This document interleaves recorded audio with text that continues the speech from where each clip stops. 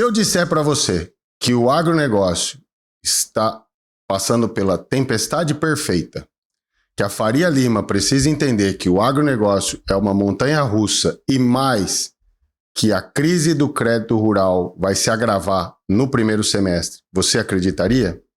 Então, se você quer saber mais sobre esse tema, esse vídeo é para você. Então, eu peço que você fique porque nós vamos analisar 3 matérias que saíram nesta semana sobre esse assunto tão relevante que impacta a vida de todo produtor e toda produtora rural nesse Brasil inteiro. Mas antes de começar o vídeo, eu vou passar aqui para o Pedro Avelino para ele fazer as honras da casa e nós voltamos para tratar desse assunto tão relevante nesse início de ano tão desafiador. Beleza? Pessoal, juro que é rápido, menos de 30 segundos, vou só fazer as honras aqui. Então, bom, gente, nós somos um escritório criado e dedicado ao produtor rural, ao arrendatário, ao investidor no agronegócio. E o nosso objetivo aqui, além de prestar serviços jurídicos, a gente também quer que você se torne cada vez mais um empresário rural, um empresário do agronegócio. Para isso, a gente te ensina a ter um custeio blindado e o jeito certo de se proteger das dívidas mesmo numa safra ruim. Beleza? Agora fica com a notícia aí com o Brunão, que hoje o tema tá muito bom. Obrigado, Pedro. Então seja muito bem-vindo, seja muito bem-vinda a mais um episódio do quadro Seu Direito no Agro aqui no canal Rocha Mazo no YouTube. É sempre um prazer ter você aqui conosco. Esse ano de 2026 se inicia com uma perspectiva muito mais desafiadora do que propriamente os outros anos que se passaram e que já foram anos extremamente desafiadores para o agronegócio. 2024, 2025 foram anos de reajuste, rearranjo, reorganização no agronegócio como um todo. Esse ano, nós estamos agora, passamos as festas de início de ano, começamos 2026 e já sabemos que daqui 40 dias nós teremos o Carnaval, depois teremos a Páscoa, depois nós teremos Copa do Mundo e ainda teremos o processo eleitoral no Brasil. Então, todo esse cenário faz com que todas as cadeias, todos os negócios tenham o seu desafio, mas o agro é aquele que sofre ainda mais com esse tipo de cenário. E para iniciar o ano, chamando a sua atenção, produtor, produtora rural, para o que está por vir e para que você possa se programar melhor, se organizar melhor e buscar as orientações que você precisa, eu separei 3 matérias que foram publicadas agora no início do ano, propriamente nestas semanas iniciais, que chamaram a minha atenção porque tem muito a ver com aquilo que a gente acredita, aquilo que a gente vem desenvolvendo como tema, como estrutura, como base de orientação para vocês que estão aqui conosco no YouTube, nas redes sociais e para aqueles que chegam até nós, no nosso escritório, para orientações, consultas e para a defesa dos seus interesses no agronegócio. Eu trouxe a primeira, né, que é do Marcos Yankee, que é um grande professor lá do INSPER, que ensina agronegócio, pedi para o Pedro colocar aqui, e ele traz aqui, né, a tempestade perfeita depois da bonança perfeita no agronegócio, né? Essa matéria aqui de 7 de janeiro de 2026. Vou pedir para o Pedro também trazer a outra matéria que a gente vai tratar, né? A Faria Lima precisa entender que o agronegócio sempre será uma montanha-russa. Segundo o Marcos Yankee, o mesmo professor, e o Vitor Duarte, que é o CEO de uma grande consultoria. Nós vamos analisar essa questão. E, por fim, uma outra matéria, também publicada aí pelo Correio do Povo, lá do Rio Grande do Sul, dizendo: situação do crédito rural ainda vai piorar no primeiro semestre, adverte entidade. Então, o que isso quer dizer? O que está acontecendo? E por que essas questões foram trazidas aqui como matérias? Você pode ver que essas 2 matérias aí foram publicadas na revista Money Times, na parte de agro, a Agro Times, que a gente acompanha diariamente para saber o que está acontecendo no mundo dos negócios do agronegócio. Então, qual é a primeira questão, né? A tempestade perfeita depois da bonança perfeita. Vou pedir para o Pedro abrir para você, aqui na tela, um PowerPoint rápido que eu fiz para chamar a atenção desses highlights, né? Esses destaques das matérias, né? Então, A primeira coisa que o professor Yankee diz é: desde 2024 estamos vivendo esse momento mais difícil, porque os preços das commodities caíram e o dólar não está muito valorizado. Eu vou finalizar, depois eu vou analisar, tá? Temos custos altos, margens apertadas, muitas recuperações judiciais e principalmente a taxa de juros em um nível escandaloso. Depois de uma bonança perfeita, agora temos uma tempestade perfeita no agronegócio, em entrevista dada. Então, você pode se perguntar, mas espera aí, o preço das commodities caíram? Sim, caíram. Né? Se você nos acompanha aqui ou acompanha o mercado, nós tivemos aí anos pós-pandemia, onde, depois da abertura dos mercados, nós analisamos isso durante 2025 em alguns vídeos, os preços das commodities subiram muito, milho, soja, trigo, açúcar, né? Por quê? Porque a economia estava travada por causa da pandemia, precisou reabastecer tudo, a locomotiva da economia mundial acelerou e isso fez com que os preços subissem muito. Nesse cenário de bons ventos, muitos produtores se alavancaram, arrendaram mais terras, aumentaram a sua produção, compraram máquinas, contraíram financiamentos, custeios, e fizeram modernizações em frotas, em tecnologia, etc. E o produtor menor também se animou e acabou pensando em ir para uma cultura ou outra, aproveitando esse momento. Veio a realidade, 2023 para 2024, o juro começou a subir, os preços das commodities vieram para patamares bem menores, né? Nós estamos falando de soja que foi a R$200, hoje nós estamos falando de 119, 120, 130 reais, são preços diferentes. Milho que foi a mais de 100 reais, nós estamos falando agora com uma recuperação a 70 reais, mas já chegou 50, 60 reais, né? Então, houve esse rearranjo. Então, de fato, os preços mundiais das commodities caíram, né? Açúcar esse ano passado caiu praticamente 25%. E quando ele fala o dólar não está muito valorizado, você pode vir dizer assim, mas espera aí, o dólar a 5,40 não está muito valorizado? Depende muito da conjuntura. Se você coloca o juro de 15% da taxa Selic mais um dólar de 5,30, 5,40, que é o que está hoje, né, de cotação, você acaba tendo um crédito muito caro e para a exportação o valor do dólar não está em níveis que fariam com que o preço dessas commodities convertidos em reais fossem mais, a margem ficaria menos apertada para o produtor.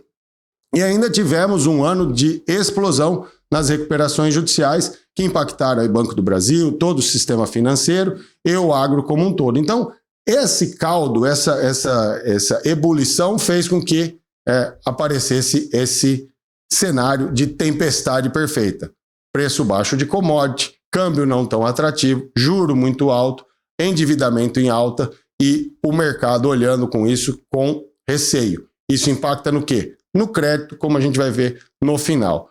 Pedro, pode passar para o próximo slide aí também, né? Que o próprio professor diz assim, ó, crise de preço costuma abrir espaço para aquisição de ativos mais baratos. O cenário é muito heterogêneo. Haverá produtores crescendo, outros poucos afetados e alguns muito prejudicados. Mas, sem dúvida, é um ambiente pior do que dos últimos anos, especialmente para grãos, que viu uma sequência longa de bons resultados. Estamos vivendo um freio de arrumação e não uma parada brusca, após um ciclo de expansão muito acelerado. Então, aquilo que eu estava dizendo, o professor conclui aqui, né, na sua entrevista, né, nos valida na nossa análise, dizendo, olha, não é de fato todo mundo está num cenário ruim. Existem grandes produtores, existem médios produtores muito bem estruturados, trabalham com capital próprio, são mais estruturados na parte de gestão, organização, administração das suas atividades e conseguem, mesmo nesse cenário de commodity com preço mais baixo, mercado um pouco mais estável, conseguem ter o seu resultado, conseguem ter lucro e conseguem, inclusive, crescer e expandir os seus negócios. Evidentemente, também no Brasil, nós temos grandes corporações, né? Muitas delas multinacionais, que operam aqui no Brasil, tendo lucros pela diversidade das suas atividades.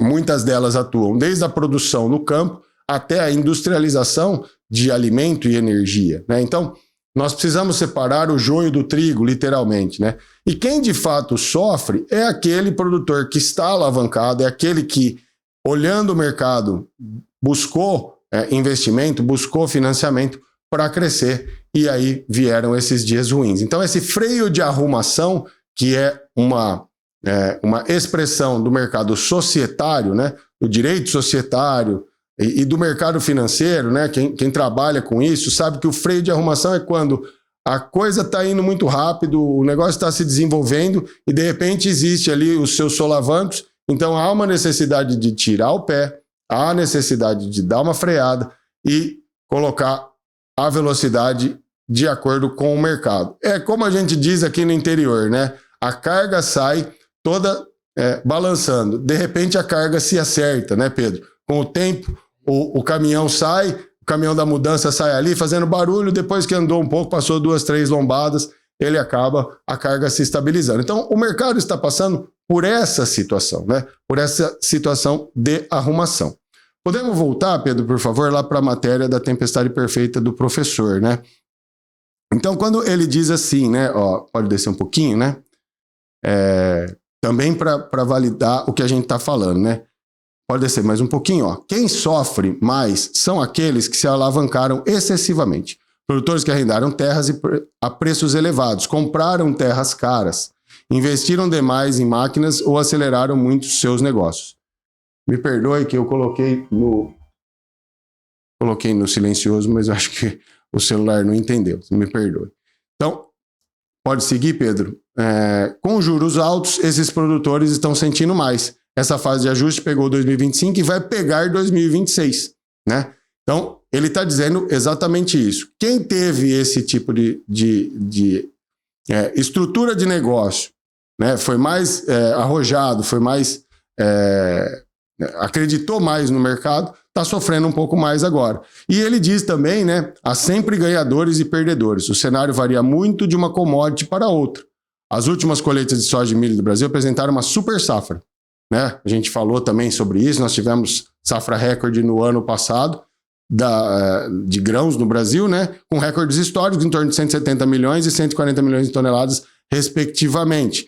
Devemos ter dados que saíram hoje do CPEA, né? Hoje estou gravando esse vídeo aqui, pode ser que ele venha ao ar em outro dia, mas eu estou gravando esse vídeo aqui, hoje é dia 8, né, Pedro? Dia 7 de janeiro. Então, saiu aqui um boletim do CPEA, com alguns ajustes nas previsões de safra. É muito provável que nós tenhamos uma safra de grãos maior do que 2025, mas ainda há um freio de arrumação aí, como a gente disse, nas previsões da safra de grãos de 2026, né? Também podemos dizer aí que, como ele dizia, né, o café está indo bem, o açúcar enfrenta dificuldades, carnes de pequenos animais estão em situação melhor, soja e milho vivem um momento ruim. Ou seja, há sempre ganhadores e perdedores. Não dá para generalizar. Então, é isso que ele fala da tempestade perfeita. Vamos, então, para outra matéria da Money Times, quando também o professor diz, né, a Faria Lima precisa entender que o agronegócio era sempre uma montanha-russa, né?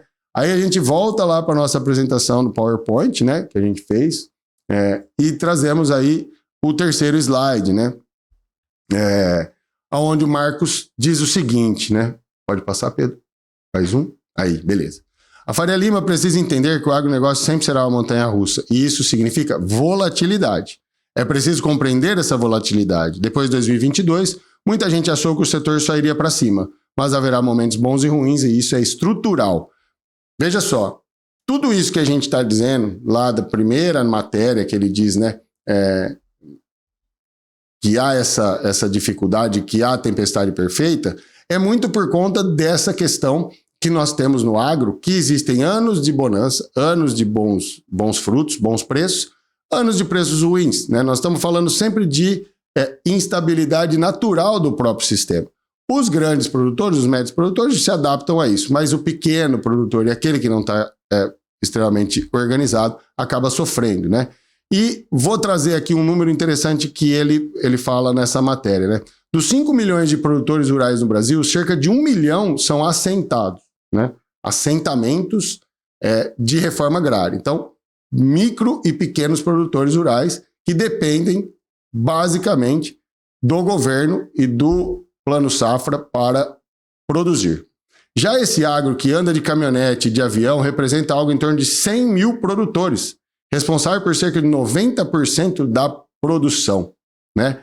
Quem fala isso, na verdade, é o Vitor Duarte, CEO da Suno Asset, né? Ele vem e diz, olha, esse é o topo da pirâmide, com alguns produtores arrojados e outros mais conservadores. Então, nós estamos falando de 5 milhões para trazer para um número de 100 mil, que são esses, de fato, que produzem 90% de todo o alimento e energia do país. Para a gente entender um pouco do que é o agronegócio brasileiro, né?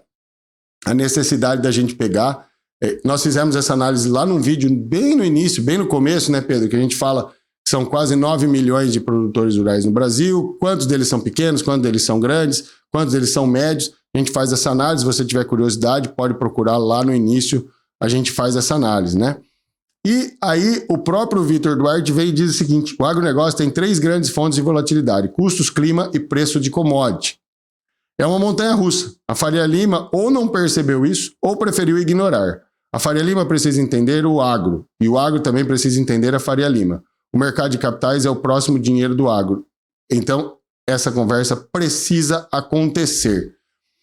A gente vem colocando aqui, já falamos isso algumas vezes, que o Plano Safra, o dinheiro subsidiado, o dinheiro que vem do governo, é completamente insuficiente para sustentar e financiar a produção agropecuária e de energia agrícola, que vem do agro, né, no Brasil. Então, a Faria Lima, os FIAGROS, os CRAS, as CPRs, os instrumentos financeiros que trouxeram dinheiro para financiar o agronegócio, muitos deles estão lá no centro financeiro do Brasil, que é a famosa Avenida Brigadeiro Faria Lima, né, o centro financeiro da nação. Então, o que há de fato é esse entendimento, né? Porque o investidor, ele vem e coloca dinheiro para ter o seu dividendo, para ter o seu retorno. O agro precisa desse dinheiro para produzir, para ter retorno e conseguir pagar esse dividendo. Então, ainda está tendo esse arranjo. Por quê? A gente veio de um momento bom e agora nós estamos num momento ruim. Pedro, pode passar para o próximo slide que eu gostaria de chamar a atenção. Então, é a linguagem do mercado financeiro, né? Antes o produtor chegava e dizia algo como: vamos quebrar, tivemos um problema na safra, vai faltar feijão. Isso virava um problema governamental. Havia conversa sobre renegociação com o Banco do Brasil, até negociação de um perdão. Foi assim até a chegada do mercado de capitais. O que é isso no fim do dia? O Brasil, antes de ser essa potência do agro, nós estamos falando isso antes dos anos, vamos colocar dos anos 2000 em diante, que o dinheiro, financiamento público era a grande locomotiva do Brasil. A Conab e o abastecimento interno, sempre que havia um problema climático, sempre que havia um problema de câmbio, sempre que havia um problema no agro, existia essa fala: olha, teve quebra de safra, vai faltar comida, vai faltar estabilidade alimentar no país e energética. E se você quer ter um problema dentro de um país, basta faltar comida, né? Nós tivemos aqui, estamos vivendo, né, nesses dias de final de ano, começo de ano aí, a invasão do Trump lá para retirar o Maduro, né, Pedro? Na Venezuela, sob o argumento aí, não vou entrar nesse mérito, não quero falar sobre isso, mas é só para ilustrar, né? Para dizer, olha, existe um ditador lá que está deixando o povo passar fome. E quantas vezes a gente não viu países que tentam um levante contra o governo porque falta comida, né? Quantos venezuelanos não estão no Brasil? Números aproximados aí de quase 550 mil venezuelanos já estão vivendo no Brasil fugindo da fome, né? Então, a instabilidade que gera a falta de abastecimento, ela é muito grande. Então, essa fala aqui do Duarte, ela quer dizer isso aqui. Lá atrás, antes do mercado financeiro estar no agronegócio, existia essa questão: olha, vai ter instabilidade. Agora, quando alguém dentro de um fundo diz vou quebrar, o investidor vende, a cota cai e o fundo perde a capacidade de fazer o follow-on ou se reestruturar. O que é follow-on? É o acompanhamento e se reorganizar. Quando há instabilidade dentro de um fundo, há mecanismos do mercado financeiro para que haja novos aportes, haja reorganização interna. Hoje, o credor não é mais um banco estatal. São mais de 3 milhões de pessoas que investem nos fundos de investimentos e FIAGROS. Ou seja, existe uma grande massa de pessoas como eu e como você, como o Pedro, que podem pegar o seu recurso, o seu dinheiro e investir nesses fundos e ter com isso o seu retorno. É como você ir lá no banco e fazer o aporte na caderneta de poupança, ou num CDB, ou num CDI, enfim, nos produtos financeiros do banco. O banco e as corretoras, uma série de agentes do mercado oferecem esses fundos de investimento e os FIAGs para que a gente possa ter o nosso retorno, né, o juro, e ter o nosso rendimento. São mais de 3 milhões de pessoas investindo nisso. Então tem muita gente colocando dinheiro no agronegócio. E esse arranjo de entender que essa montanha-russa ela acontece ainda está num momento de arranjo, porque a grande crise está acontecendo agora, como a gente disse, especialmente por conta das recuperações judiciais. Então eu queria chamar a atenção disso daqui e agora a gente volta, né, lá para a matéria, né, para a gente, o Pedro vai trazer para a gente, né, também só para a gente finalizar essa questão, né, do que a gente está falando. Então, você pode ver na questão da Faria Lima. E, por fim, eu gostaria de trazer essa questão aqui da situação do crédito rural ainda vai piorar no primeiro semestre, adverte a entidade. Então, até agora você conseguiu entender que lá naquelas duas matérias, o professor Yankee e o Vitor Duarte analisaram o momento de dificuldade que o agro passa, a tempestade perfeita que a gente acabou de analisar, a necessidade da Faria Lima e o agro se entenderem, né, de como isso vai acontecer, para que esse recurso continue entrando, fomentando essas atividades tão importantes para o Brasil e para o agronegócio. Agora, isso aqui também me chamou a atenção, essa matéria é de ontem, como eu disse, o vídeo está sendo gravado dia 7, essa matéria é de ontem, dia 6. A FARSUL é a Federação da Agricultura do Estado do Rio Grande do Sul. Né? Por que eu trouxe a matéria da FARSUL aqui para falar de Brasil inteiro? Porque se existe um produtor no Brasil que sofreu mais do que o produtor gaúcho nos últimos 3 anos, ou eu estou vivendo em outro país, ou o Pedro está vivendo em outro país, ou você que está me ouvindo aqui, produtora rural, ou você que gosta de agronegócio, vivemos em outro lugar, porque lá teve enchente, nunca vista, depois veio 2 secas graves, e nós estamos começando 1 de janeiro de 2026 com instabilidade climática. Choveu, mas está muito quente, né? Nós aqui no estado de São Paulo tivemos uma onda de calor de 10 dias aí de temperaturas acima de 40 graus, depois veio uma frente fria e hoje aqui também já está extremamente quente e deve vir uma outra onda de calor, segundo a meteorologia. Então o Pedro vai descer um pouquinho essa matéria aqui, né? Então ele aqui bem no começo aí, ó, a partir de dados do Banco Central, definiu que a carteira estressada do crédito rural, que soma atraso, inadimplência e dívidas renegociadas, saltou de 72 bilhões em julho de 24 para 123,6 bilhões em novembro de 25. Crescimento de 71% no período, revela uma deterioração acelerada, concentrada principalmente nos últimos meses. O que é isso? Isso é exatamente inadimplência. É dinheiro que já foi tomado e não conseguiu ser pago pelo produtora rural, né? Aí a gente desce ainda, né? A FARSUL diz que cerca de 15% de toda a carteira ativa de crédito rural no Brasil encontra sob algum tipo de estresse financeiro, diferente de crises anteriores, quando o quadro era provocado, não era provocado por questões climáticas, e neste momento que nós estamos no cenário de tempestade perfeita, isso se agrava ainda mais, né? A taxa de juros é observada como uma das causas mais graves, né? E a entidade também analisa que a medida provisória 1314, que a gente já analisou aqui algumas vezes, e a resolução Conselho Monetário Nacional 5247, também revelam distorções que preocupam os produtores, né? Dos 28,2 bilhões renegociados até dezembro, no âmbito desta medida provisória, apenas 19% foram com juros públicos subsidiados, ou seja, aquele dinheiro dos 12 bilhões que falou que ia ser dado, depois veio a medida 1328, aumentando mais 6 bilhões, apenas 19% foram renegociados com recursos subsidiados.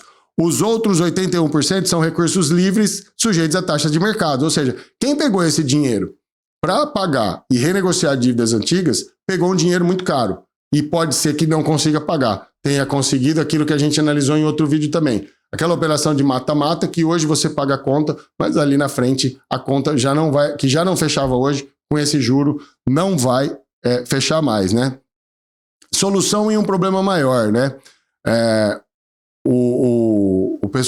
A Farsul fez a seguinte análise, né? O cenário para o curto prazo não é animador. A previsão é que a situação do crédito rural continue a piorar no primeiro semestre de 2026, com uma possível estabilização apenas após o mês de maio, dependendo da normalização fiscal e da ausência de novos choques econômicos, né?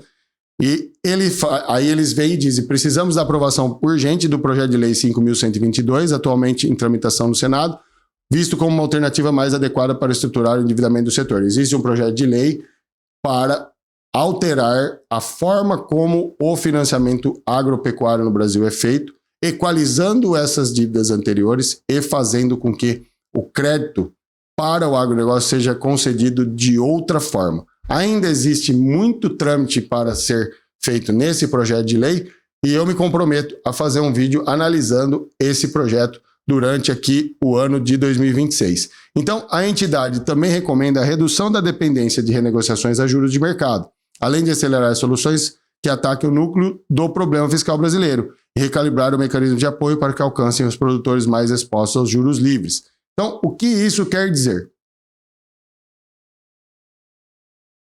Tem dinheiro do Plano Safra, tem dinheiro para o produtor contratar, mas além das exigências das garantias, o produtor está tão endividado ou tão receoso em tomar esse crédito que as contratações não estão saindo no ritmo que deveriam sair. E que dentro do cenário que a gente colocou lá no início do vídeo,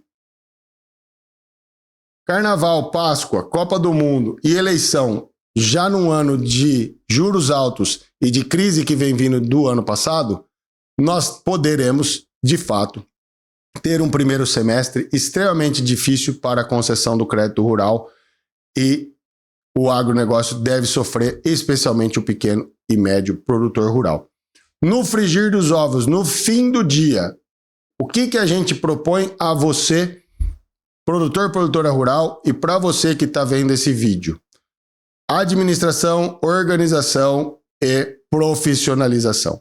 Enquanto você não toma uma decisão de fato de seguir na sua atividade atual, na cultura que você está fazendo, ou nas culturas que você está investindo, nas criações que você faz, né, na pecuária bovina, suíno, aves, enfim, uma infinidade, extrativismo, seja lá a atividade que você faz. É necessário se estruturar, é necessário administrar e entender que, ainda que você opere como uma pessoa física, você deve organizar a sua atividade como uma empresa. Analisando os juros, analisando o prazo que você vai ter que pagar, analisando a margem de lucro que você pode ter, analisando se aquela atividade, aquela cultura, aquela pecuária, aquela atividade rural, agropecuária que você desenvolve, se ela tem perspectiva de ser boa ou ruim. Dentro desse contexto, você precisa tomar o primeiro e dar o primeiro passo, né? Tomar a primeira decisão dando o primeiro passo, que é: como eu posso me qualificar? Como eu posso melhorar a minha gestão?